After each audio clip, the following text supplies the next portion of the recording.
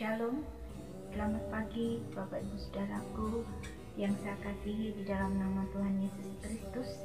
Kalau saat ini kita masih diberi kesempatan oleh Tuhan untuk kita boleh mendengarkan firman Tuhan, itu adalah kasih karunia Allah di dalam kehidupan kita.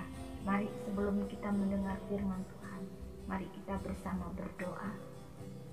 Bapa kami yang ada dalam kerajaan sorga, di dalam nama Tuhan Yesus Kristus, kami bersyukur dan berterima kasih kepadamu Tuhan.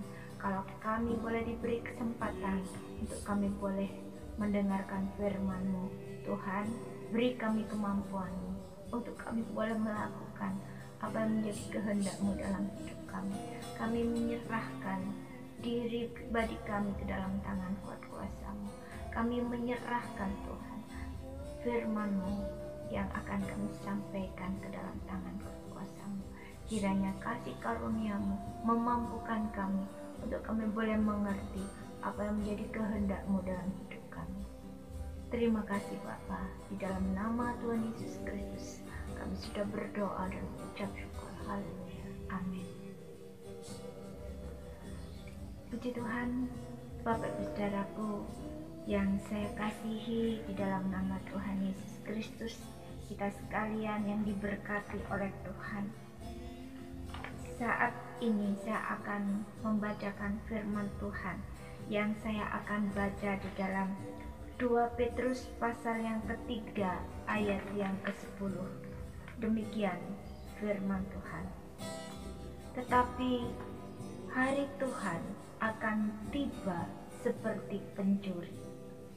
Pada hari itu langit akan lenyap dengan gemuruh yang dahsyat, dan unsur-unsur dunia akan hangus dalam nyala api, dan bumi dan segala yang ada di atasnya akan hilang lenyap.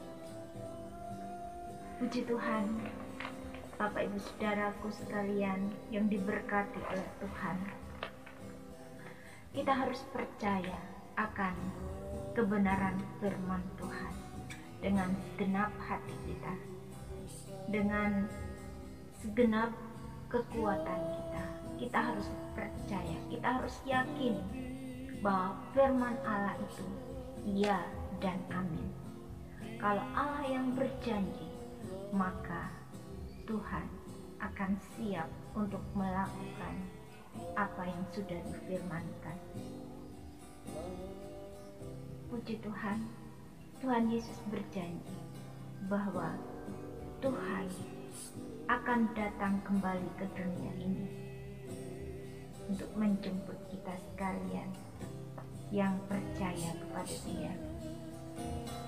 Kita harus percaya, kita harus yakini bahwa Tuhan akan benar-benar datang ke dalam dunia ini. Maka cepat atau lambat, janji Tuhan itu akan tergenapi.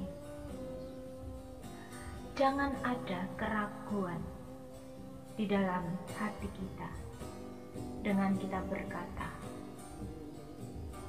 di manakah janji tentang kedatangannya?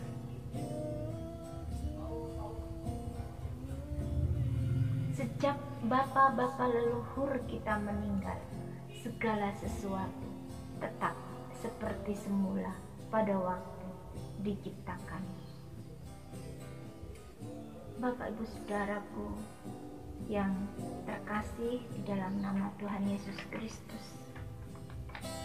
kalau kita menjadi bimbang akan firman Tuhan, kalau kita menjadi tidak percaya dan sukar untuk memahaminya, maka kita tidak akan mempunyai keteguhan di dalam iman kita, dan sebaliknya kita akan memutar balikan kebenaran firman itu, sehingga itu akan menjadi kebinasaan bagi diri mereka sendiri.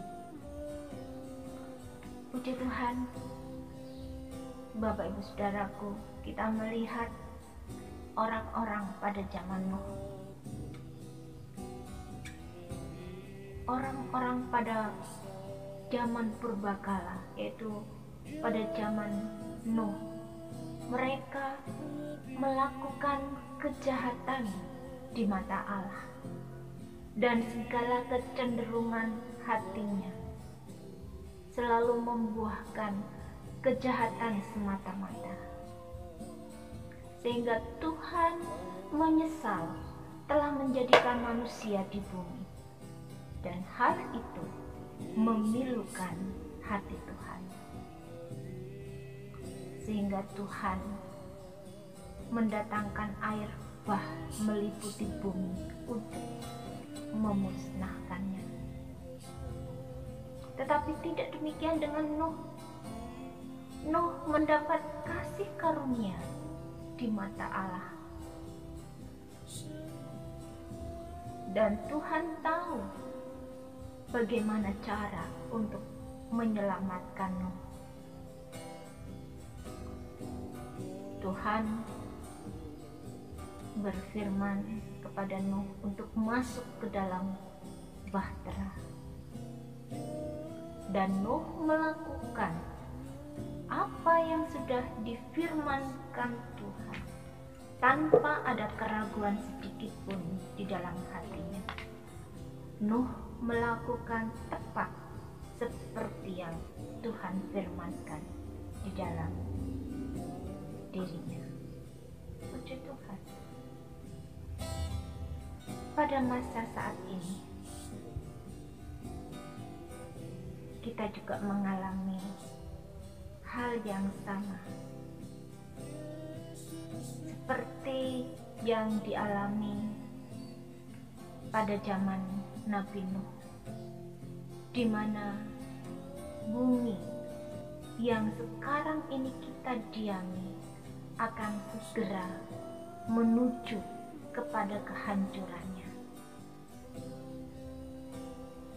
di mana tidak satu batu pun dibiarkan terletak di atas batu yang lain.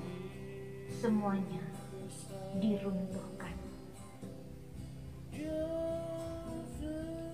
Pada masa itu akan banyak orang yang mati karena ketakutan, yaitu karena bumi gonjang-ganjing. Banyak kejadian-kejadian yang menakutkan di atas muka bumi ini, sehingga orang menjadi ketakutan yang sungguh sangat luar biasa. Di dalam firman Tuhan, di dalam Matius 24, dalam Matius 24 ayat yang ke-29 sampai ayat yang ke-31, demikian firman Tuhan.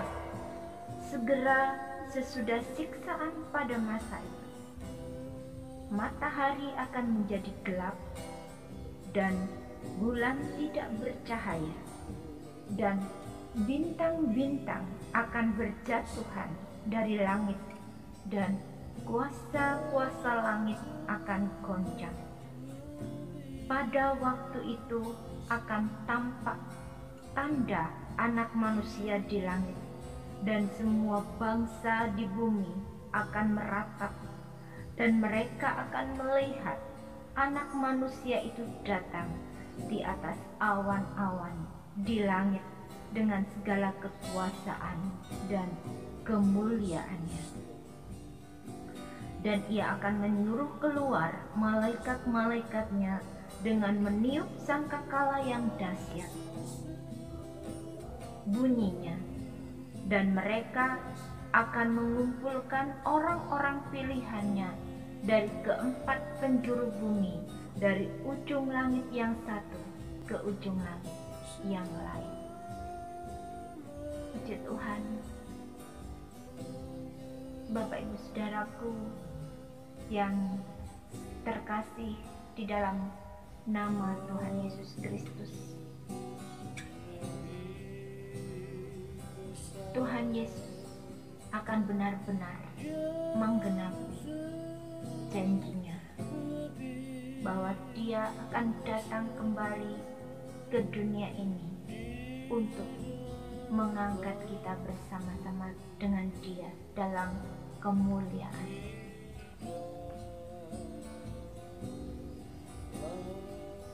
Waktu itu akan dipersingkat oleh Tuhan, yaitu waktu kedatangan Tuhan pada kali yang kedua.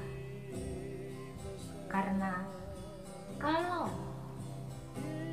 tidak dipersingkat hari kedatangan Tuhan kembali ke dunia ini, maka dari segala yang hidup tidak ada orang yang selamat. Jadi kita harus meminta hikmat Allah untuk kita boleh mengerti firman Tuhan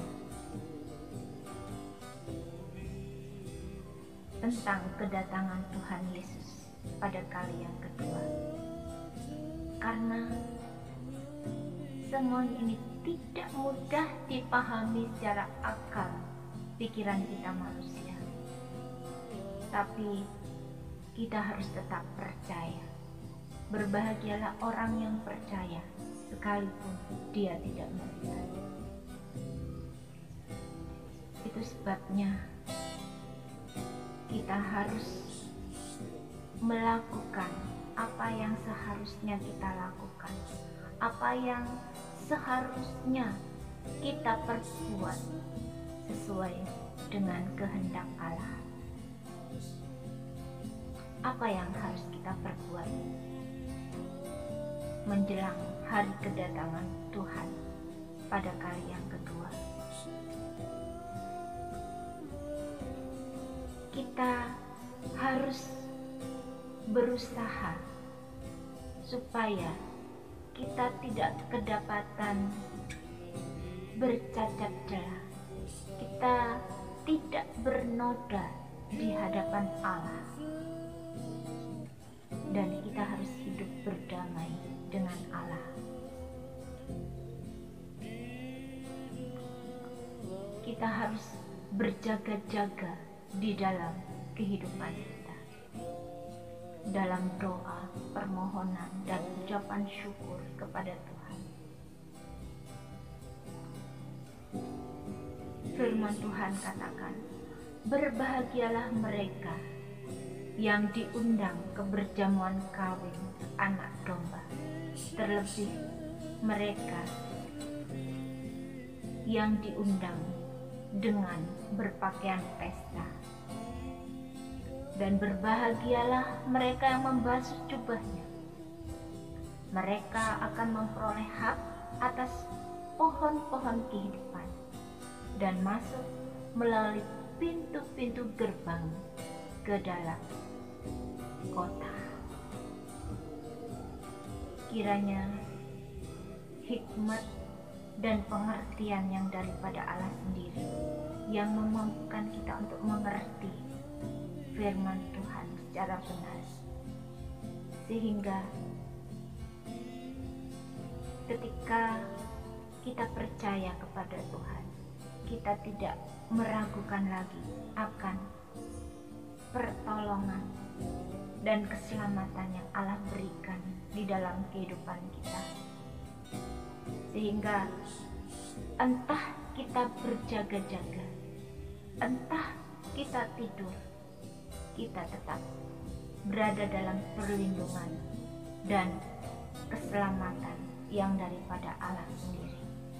Mari saya mengajak kita membaca di dalam Wahyu pasal yang ke-22,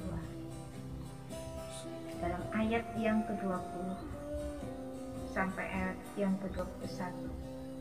Ia yang memberi kesaksian tentang semuanya ini berfirman, ya, aku datang segera. Amin. Datanglah Tuhan Yesus. Kasih karunia Tuhan Yesus menyertai kamu sekalian. Amin. Puji Tuhan, berbahagialah setiap kita mendengar firman Tuhan dan yang melakukan di dalam kehidupannya. Mari untuk mengakhiri kebenaran firman Tuhan yang boleh kita dengar saat ini, mari saya kembali mengajak untuk kita sekalian berdoa. Terima kasih Bapa, terima kasih Tuhan. Kami menyerahkan kebenaran firman-Mu yang sudah kami dengar saat ini Bapa. Kiranya Roh Kudus memberikan kami kemampuan, memberi kami pengertian, hikmat yang daripada-Mu, untuk kami boleh mengerti akan kebenaran firman-Mu dalam hidup kami. Dan mampukan kami Tuhan untuk melakukannya dalam kehidupan kami, sehingga kami tidak berdosa kepada-Mu. Terima kasih Bapa, di dalam nama Tuhan Yesus Kristus kami sudah berdoa dan mengucap syukur. Haleluya, amin. Puji Tuhan. Kiranya Tuhan Yesus memberkati Bapak Ibu Saudara sekalian. Amin.